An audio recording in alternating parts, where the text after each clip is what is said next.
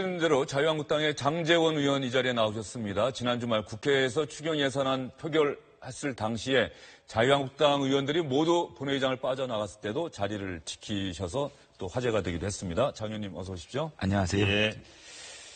지난번 본회의에 계속 앉아 계셨던 것은 뭐 개인적인 소신이었습니까? 예, 그렇습니다. 앉아 있었던 이유는 사실은 우리 국회가 좀 더 변화를 하고 혁신을 해야 되겠는데 좀 정치적 메시지를 좀 주고 싶었어요. 사실은 제가 그날 토요일 당일날 우리 국민들과 늘 함께하는 민원의 날이었는데 지역 주민들과 예, 민원의 날에 약속을 못 지키고 올라왔는데 투표도 못하고 간다는 게 너무 말이 좀 안 됐고 우리 20대 총선에서 우리 국민들께서는 다당제를 선택해 주셨거든요. 그 의미는 이제는 제발 좀 싸우지 마라. 다당제로서 많은 국민들의 의견들을 좀 국회에서 녹여내서 합리적이고 생산적인 의사결정을 좀 하라는 지시였는데 이 추경안 문제가 오랫동안 지루하게 45일 동안 진행되어 왔는데 이거를 또 싸우고 나간 상황을 보게 되니까 안타까웠어요. 그래서 우리가 이런 작은 몸부림들이 우리 국회가 조금 더 생산적일 수 있는 좀 몸부림이 됐으면 좋겠다 생각해서 앉아 있었습니다. 네, 그런데 그런 결정을 할 때마다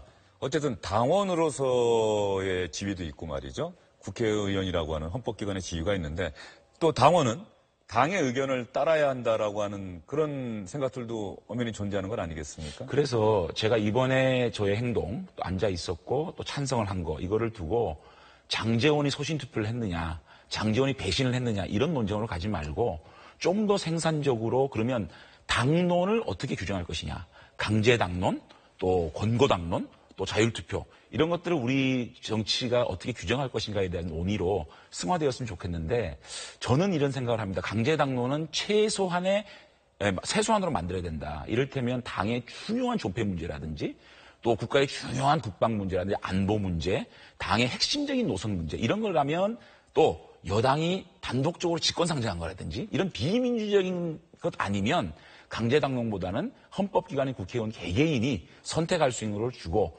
또 의원총회에서 이렇게 크게 뭉쳐진 거는 권고적 당론 또 정말 우리 국회의원들이 각각 생각해야 될 건 자유투표 이런 좀 공론화돼서 이런 것들이 좀 논의되고 정착되는 그런 좀 진행이 됐으면 좋겠다는 생각을 합니다. 조금 전에 화면 보니까는 민주당 의원들이 장제원 의원 주변에 와서 많은 분들이 이런저런 얘기를 하는 것 같은데 그때 어떤 얘기들 주로 하셨나요? 그때 상황이 이제 전체 재적 300명 중에 재석이 150명이 돼야 이제 가결이 되지 않겠습니까? 이제 표결이 시작될 수 있는 그렇죠. 거죠. 그러니까 재석이 300명이 안 되고 149명이 됐을 때입니다. 그러니까 저만 재석 버튼을 누르고 찬성이든 반대를 하면 가결을 되는 순간이었거든요. 그래서 저랑 친했던 표창원 의원이나 진선미 의원이나 여러 또 우원식 원내대표까지 와서 조금 전에 우원식 원내대표 좀 눌러달라 그래서 제가 그랬어요. 재석까지 채우는 거를 야당에 미루지 마라. 그것은 여당의 몫인데 이것까지도 못하면서 야당 의원한테서 바라는 거는 그거는 여당이 비판받아야 된다. 여당이 준비가 안 돼 있다. 나는 누르기 못하겠다. 재석 채워라. 그럼 내가 의사표현을 하겠다. 이렇게 말씀을 드렸습니다. 그 당시 민주당 원내지도부는 상당히 곤혹스러운 입장이었겠네요. 입장은 이해하는데 그 장면을 보고 아직까지 민주당이 좀 여당 준비가 안 돼 있다. 여당의 준비가 좀 안 된 상황이구나라는 생각을 했습니다. 특히 소수 여당인데도 불구하고 재석을 못 맞춘다는 건 좀 납득이 안 됐습니다. 장 의원님 모시니까 사실은 좀 센 질문 많이 준비했는데 가볍게 일단 질문 하나 드리겠습니다. 어제 저녁에 바지락 칼국수 드셨죠? 아니 근데 우리 부장님 저 SNS 보세요 아니면 작가들이 써주신 제가 본 겁니다. 제가 보고 그러세요? 얘기한 겁니다. 집사람이 요즘 제가 되게 힘들어한다고 외로워 보인다고 제가 방송 마치고 오랜만에 저녁을 먹었는데 저렇게 바지락 칼국수를 하고 또 제가 좋아하는 묵은지까지 이렇게 해서 맛있게 먹었습니다. 힘이 많이 나셨겠습니다. 예, 그렇습니다. 그 SNS 활동을 보면 참 많이 하시는 것 같고 SNS를 어떤 정치적 의사 표시라든가 아니면은 자유롭게 일상생활을 공개하고 사람들과 나누려고 하시는 것 같은데 정치 활동하는데 도움이 됩니까? 그럼요. 그러니까 저는 댓글들을 안 보지 않습니다. 댓글들을 보고 그게 조롱이나 사람을 희화시키는 그런 욕설 아니면 어떤 의견에 대해서 답도 달아드리고요. 그래서 저는 차만 타면 이제 SNS를 보고 답을 달아드리고 국회의원이 직접적으로 정책활동이나 그런 국민들의 직접적인 의견을 받는데 굉장히 도움이 됩니다. 아드님 문제가 불거졌을 당시에 그 당시에 SNS 활동을 잠시 접겠습니다라고 쓰셨던 글도 제가 읽은 기억이 나는데 다시 재개하시게 된 계기 어떤 게 있을까요? 근데 사실은 제가 그때 SNS를 접었던 거는 우리 아들 문제가 터지고 제가 아들에 대한 사과문을 올린 그 글에 예. 한 10만 개 정도의 댓글이 붙었는데 10만 개나요? 예. 그 아들에 대한 비판, 조롱, 희화화 그리고 아들에 대한 그 SNS상의 글들, 사진들을 막 붙였거든요. 그래서 저는 괜찮은데 우리 아들이 그거를 보거든요. 얼마나 많은 상처를 받을까 생각해서 물론 우리 아들이 굉장히 잘못을 했고 사회적으로 큰 잘못을 했고 우리 국민들의 비판을 받아야 하지만 너무 과한 비판이 아직 미성년자인데 그래서 제가 SNS를 내려서 그런 것들이 좀 우리 아들한테 큰 상처가 되지 않았으면 좋겠다 싶어서 내렸고 그 다음에 어차피 제가 당의 대변인을 했었고 시당 위원장을 한 상황이고 또 그걸 내려놓고 일반 국회의원으로서 마이크가 좀 줄어들지 않습니까? 대변인 때는 마이크가 많이 열려 있는데 또 국민들과 소통할 수 있는 방법이 많이 없었기 때문에 SNS를 또 우리 많은 또 제 회친들이 메신저를 통해서 SNS 열어라 이런 얘기 때문에 다시 열고 활발하게 SNS 활동을 하고 있습니다. 아드님이 이번에 활동을 뭐 시작했다는 기사를 봤습니다. 예, 이제 8월 6일 날 첫 번째 음원, 그러니까 신곡이 나옵니다. 지금까지 우리 아들이 사실은 얼마 전에 제가 아들하고 대화를 나누면서 아빠가 싫지는 않은데 무서웠다. 그리고 제가 라디오에서 인터뷰를 한 걸 봤는데 우리 아들이 그런 얘기를 하더라고요. 10년간 아버지와 대화 같은 대화를 나누지 못했다. 그래서 제가 생각을 해봤어요. 정말 그럴까 생각했는데 늘 충고만 하고 이래라 저래라고 했지만 아들한테 진실로 그 얘기를 들을 생각을 안 했던 것 같아요. 아들의 이야기를 듣지는 않았던 것 같아요. 예, 그래서 제가 얘기를 하면서 이제는 온전히 자기가 하고 싶은 일, 제가 박수치고 응원하고 또 이번에 새로 이름을 지었어요. 자기의 음악 활동을 하는 노엘이라는 이름을 지었는데 아빠가 장용준이라는 이름을 지었을 때 그 아빠가 지어준 이름에 대한 부담 많겠지만 이제는 자신이 지은 이름 노엘로는 책임과 임무를 다하면서 활발하게 자기가 하고 싶은 일을 하면서 행복하기를 바란다는 말을 했고 지금은 잘 지내고 있고 많이 좀 안정된 그런 상황이고 음악 활동 잘하길 바라겠습니다. 예, 노엘 군이 어쨌든 간에 처음 데뷔 과정에서 있었던 여러 가지 구설수들 잘 극복하고 어떤 가수로서 더 많은 팬들에게 기쁨을 줄 수 있었으면 하는 마음입니다. 저도 바람입니다. 예. 그리고요, 조금 전에 자유한국당 혁신위원장의 발언을 놓고 박근혜 전 대통령 당원권 과연 박근혜 전 대통령을 어떻게 해야 할 것이냐, 자유한국당에서. 장재원 의원은 어떻게 생각하십니까?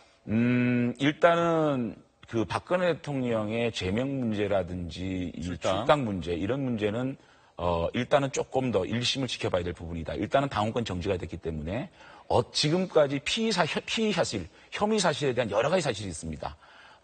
그 사실 중에 어떤 것들이 법원으로 받아지고 유죄로 확정될 것이냐 이런 것들을 보면서 논의가 되어야 되고 일단은 지금 제일 부딪히는 부분이 탄핵의 인식 문제 같습니다. 과연 탄핵을 유석춘 위원장이 얘기하시는 것처럼 정치적 보복이고 새누리당의 일부 비박계 의원들이 부안해동해서 탄핵을 가결시킨 것이 우리 보수를 이렇게 붕괴시켰다 이런 의견이 있고 박근혜 대통령이 어쨌든 국정농단을 했고 국정농단에 여러 가지 증거가 나왔을 때 그때의 촛불 민심이 100만이 200만이 되고 200만이 1000만이 돼서 청와대를 100m 앞까지 진행되게 되고 그 당시에 만약에 국회가 새누리당이 똘똘 뭉쳐가지고 탄핵을 부결시켰다면 그 민심이 과연 새누리당이 생존할 수 있을 정도의 민심이었냐를 생각해 보면 저희들은 헌법적 테두리 내에 민심을 받아들여서 탄핵을 해서 최종시민 헌법재판소의 판결을 맡김으로 인해서 촛불을 조금 좀 추스리면서 우리가 광장을 좀 안정시켜야 된다. 그래서 미래로 가야 된다. 이런 상황인식이 있었거든요.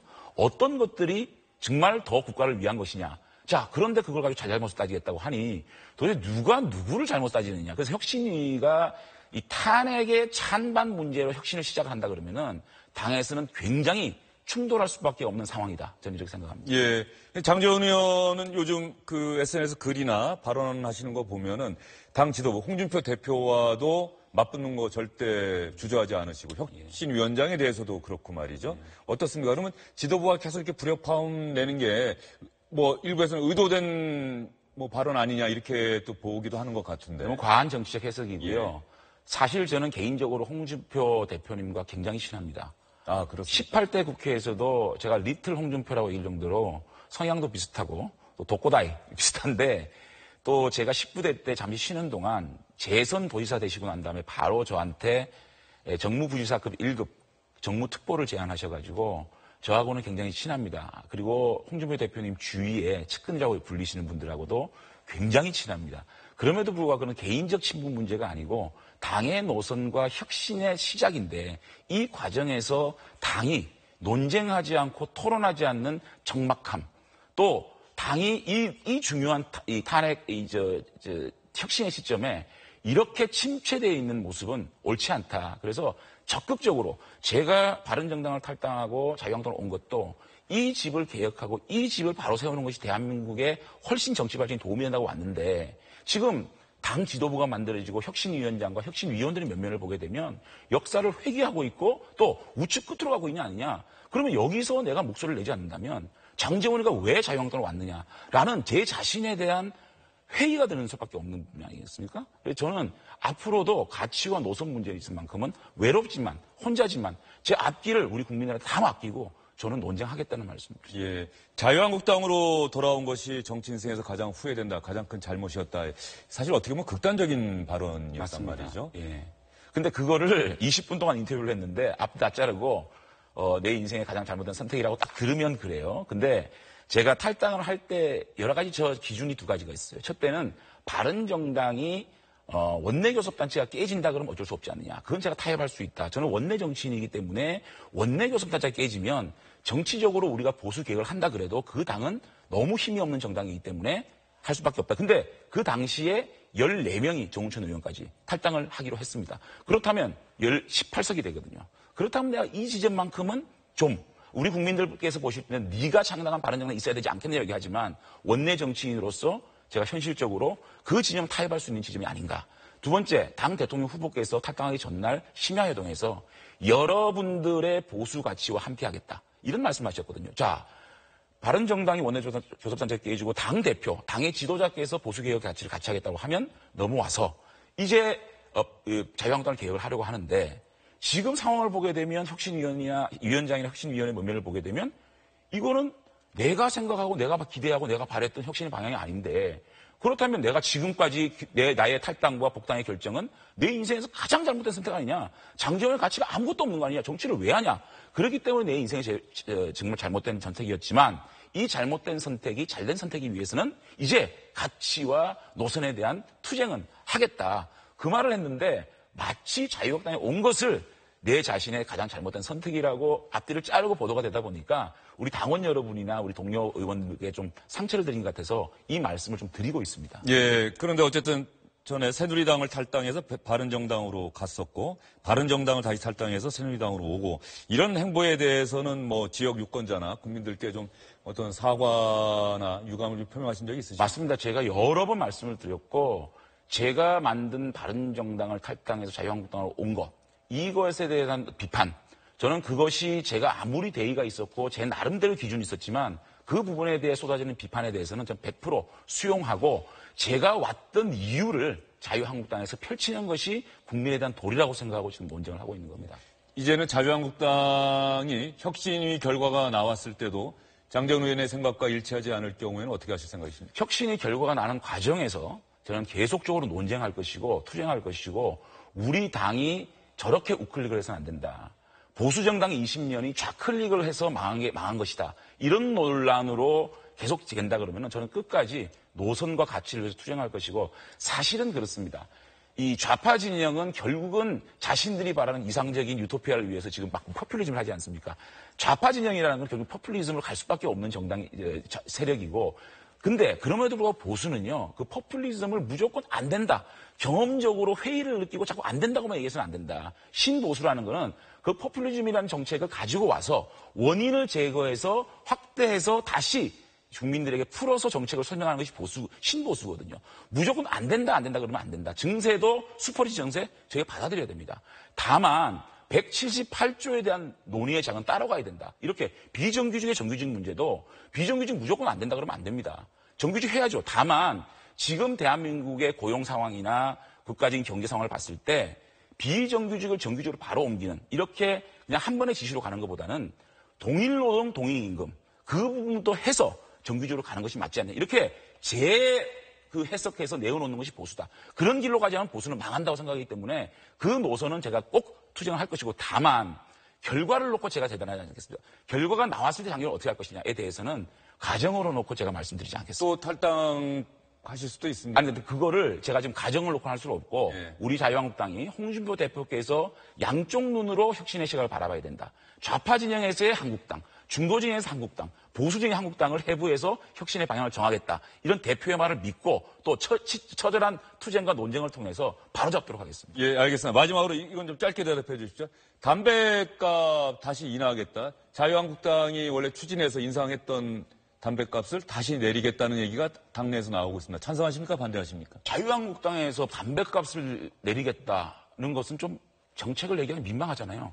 근데 민주당에서도 담배값에 대해서 아무 말도 안 하는 것도 잘못됐다. 슈퍼리치라는 게 조세정의 차원에서 얘기를 하는 거 아닙니까? 슈퍼리치 받아들여야 됩니다. 그럼 조세정의 차원에서 서민 정세가 되고 있는 담배값에 대해서는 민주당이 주장을 해야 된다고 생각합니다. 예, 알겠습니다. 장전 의원님 하시고 싶은 말씀이 많으신 것 같아서 예정됐던 시간보다 제가 한 3분 정도 더 했어요. 오늘 나오셔서 감사합니다. 열심히 하겠습니다. 예. 고맙습니다.